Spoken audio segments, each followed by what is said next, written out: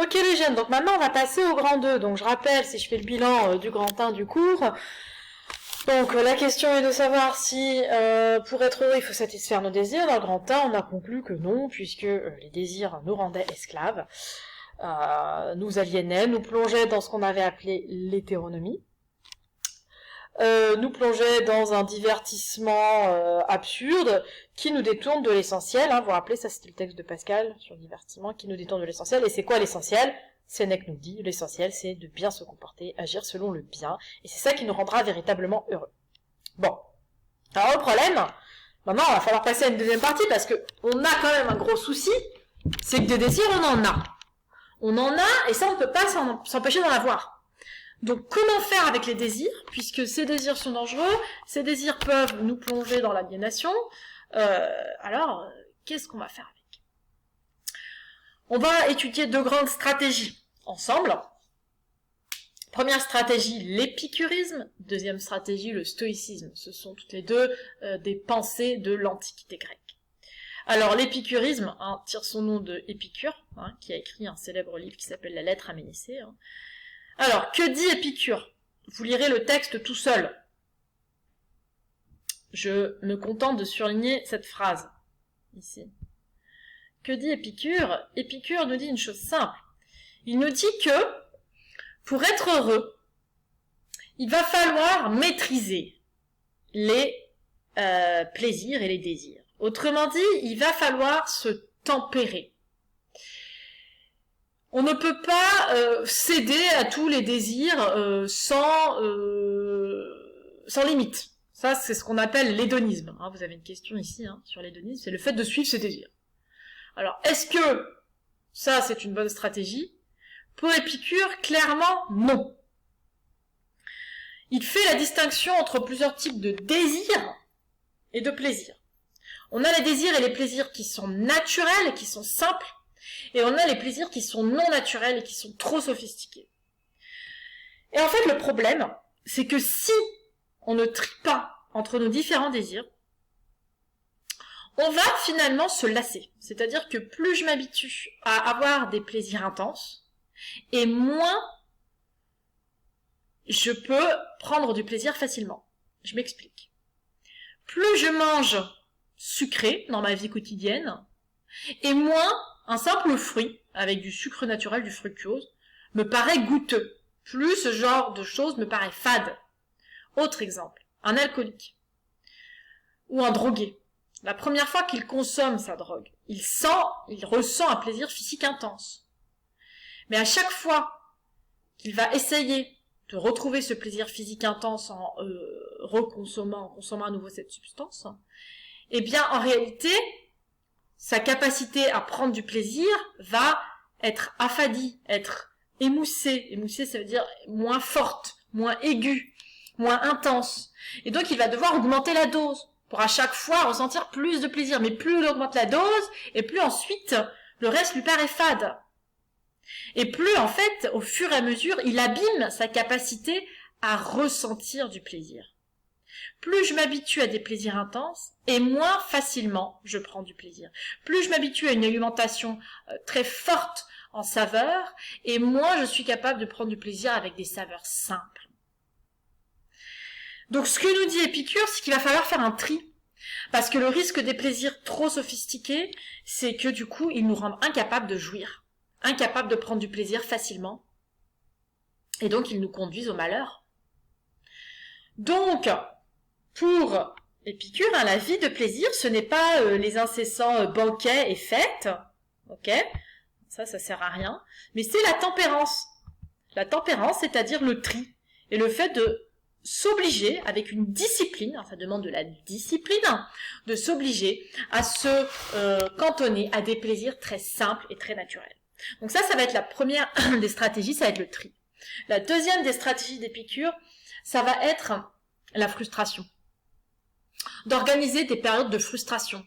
D'ailleurs, celles et ceux qui ont déjà jeûné, ça concerne peut-être certains élèves, ou tout simplement tous les élèves, vous avez déjà eu tous l'occasion de vous priver de nourriture pour une raison ou pour une autre, ou d'être privé de nourriture parce que vous aviez très faim. Eh bien, le moment où vous rompez ce jeûne, Même si vous ne mangez qu'une pomme et un verre d'eau, vous ressentez un plaisir intense parce que vous comblez un manque. Donc plus on organise soi-même une frustration et plus ensuite on va aiguiser sa capacité à prendre du plaisir et du coup plus eh bien ce plaisir sera ressenti intensément. Donc en réalité l'épicurisme est un art de jouir, un art de prendre du plaisir, d'une part en triant et en évitant les plaisirs trop forts qui vont ensuite nous rendre incapables de prendre du plaisir facilement, et d'autre part en organisant une frustration qui va rendre notre rapport au réel beaucoup plus intense. Voilà, si je résume l'épicurisme. Donc, évidemment, du coup, si on cherche à répondre aux questions, quel type de plaisir nous rend heureux? Eh bien, vous avez la réponse, les plaisirs les plus simples et les plus naturels. Est-ce que ce plaisir peut être atteint par l'hédonisme, le fait de suivre ses désirs immédiats? Non, puisque suivre ses désirs immédiats, ça va nous conduire à une fuite en avant dans des plaisirs de plus en plus forts, de plus en plus sophistiqués, qui abîment notre capacité à prendre du plaisir. Et ça demande une discipline, puisque ça demande de trier, première chose, et ça demande d'organiser une frustration. Donc voilà pour l'épicurisme. Voilà la stratégie épicurienne par rapport au désir. Qu'est-ce qu'on fait avec les désirs? Pour pas qu'ils nous rendent malheureux, pour pas qu'ils nous aliènent, eh bien, on va les maîtriser. On va les maîtriser comment? On va les maîtriser, en les triant, et 2, en les réfrénant, en organisant une frustration. Ça, c'est pour l'épicurisme. Deuxième stratégie, le stoïcisme. Alors, pour les stoïciens, en fait, notre problème, c'est qu'on a des désirs. Alors, avoir un désir, c'est quoi? C'est vouloir quelque chose qui n'est pas là. Avoir un désir, c'est éprouver un décalage entre mon monde intérieur, ok, et le monde extérieur. Donc, il y a 2 solutions pour réduire ce décalage. Soit je change le monde extérieur, soit je change mon désir. Et pour les stoïciens, il va falloir s'obliger à ne désirer que ce que je peux obtenir.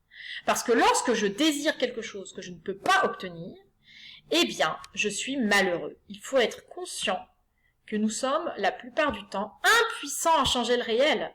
Et vouloir à tout prix que le réel soit autrement qu'il ne n'est, eh bien, se condamner à être malheureux. Donc, pour les stoïciens, il va falloir changer nos désirs plutôt que l'ordre du monde.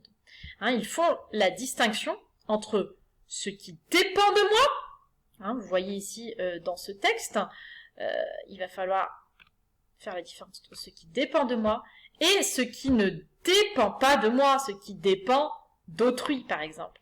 Et si je me mets à désirer quelque chose et que cette chose n'est pas en mon pouvoir, mais dans le pouvoir d'autrui, alors je vais être malheureuse. Par exemple, si je désire à tout prix être aimée par autrui, alors qu'autrui ne m'aime pas et que je n'ai pas le pouvoir de faire en sorte qu'autrui m'aime, j'ai le pouvoir de changer mon comportement éventuellement, d'être gentil, mais au bout du compte, j'ai absolument pas le pouvoir sur l'amour qu'autrui a pour moi.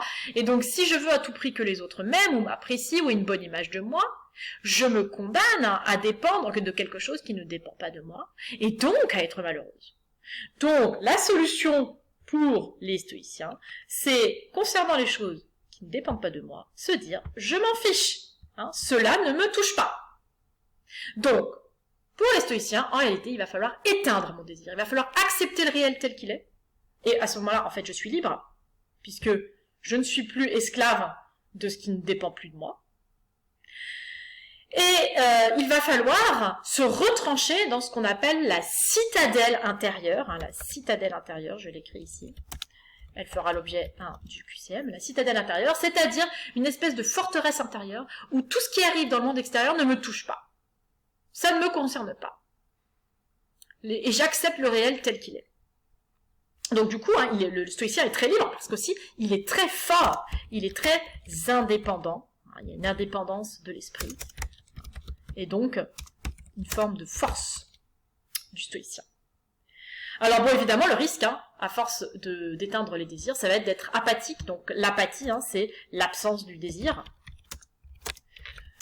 La résignation. Et donc on se demande, au bout du compte, si le stoïcisme ne mène pas finalement à une espèce de résignation, à une attitude qui consisterait à baisser les bras, à accepter les choses telles qu'elles sont, et peut-être que éteindre ses désirs, c'est se priver d'une force qui définit l'être humain, puisque l'être humain est celui qui est, vous vous rappelez, qui se définit par le fait qu'il est transcendant, l'être humain, comme être transcendant, c'est-à-dire celui qui va nier le réel, c'est un être qui nie le réel, qui cherche à le changer, hein, qui cherche à le dépasser. Hein. Et le problème, hein, c'est que on a en nous hein, le désir et en nous ce moteur de changement. Donc peut-être hein, que le stoïcisme pourrait conduire à une forme de déshumanisation, et c'est peut-être dommage de passer à côté de cette force de changement qu'est le désir. Bon, voilà la petite vidéo hein, qui porte sur le grand 2. Donc à partir de ce que je viens d'expliquer, épicurisme et stoïcisme, vous allez devoir donc répondre aux questions qui sont posées, hein, d'abord, vous essayez de le faire tout seul, et puis ensuite, vous prenez le QCM qui est indiqué sur la séance, et ce QCM vous donnera les réponses aux questions.